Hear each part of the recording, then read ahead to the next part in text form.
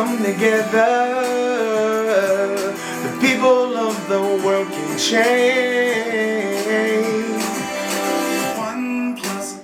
All right, we're not here to do music. My name is Eric Ellis, and I want to introduce you to our consulting firm, Integrity Development.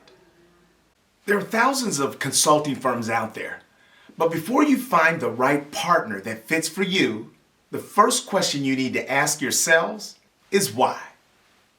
I really have looked at some of the research that was done by Gallup. In 2017, they did a study that identified that in the typical company, 85% of people don't like their jobs and 75% of people hate their bosses. So before you start focusing too heavily on inclusion and diversity, you have to make sure that you have a people-centered workplace. Let's talk about that. Maybe your organization is interested in achieving sustainable inclusion. We believe that happens through the 4 pillars of inclusion, a best practice model for sort of a strategic framework, if you will. The 4 pillars include, number 1, building the right foundation, making sure that your leaders are engaged, making sure that you have an I&D business case.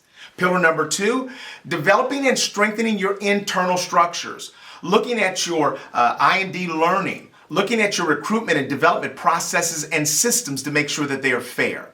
Pillar number 3 is strengthening your external structures, looking at your multicultural marketing, your supplier diversity, your diverse customers, and looking at your products and services. And then your 4th pillar is really measuring results and establishing systems of accountability. We want to work with you. In order to build a relationship with you, we like to do that in phases, 4 phases. Phase 1, that's the join-up phase, where we simply come in and we meet with you and your key decision makers, and we focus on listening to what it is you want to achieve, because that really is what's most important. In phase 2, we begin to work with your leadership team. And so we'll do a foundational webinar that will help them to understand an overview around inclusion and diversity. What are some best practices? We'll talk a little bit about implicit bias. We'll teach some techniques. And then we'll help them develop individual leadership plans that they'll have so that they can begin to work with their teams. In phase 3, we then begin to come in and do assessments within your organization to get a foundational understanding of some of your strengths and some of your gaps so that we can begin to work with you.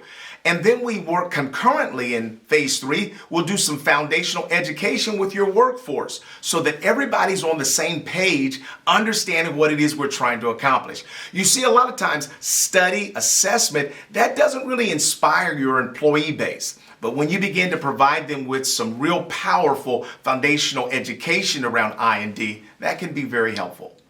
And then in phase 4, we begin to develop that strategy, that comprehensive strategy, and roll it out in your organization over time. And then we can partner with you to do as little or as much as you might need us. We have a wonderfully diverse team that is very experienced. You know, a lot of times when you develop relationships with a consulting firm, you meet the CEOs and the executives of that firm during the sales call, but once they begin to do the work, then all of a sudden you're working with college interns. That won't be the case with us. We have long-term senior facilitators and consultants that have been working with us for a long time and really understand what the needs of businesses are.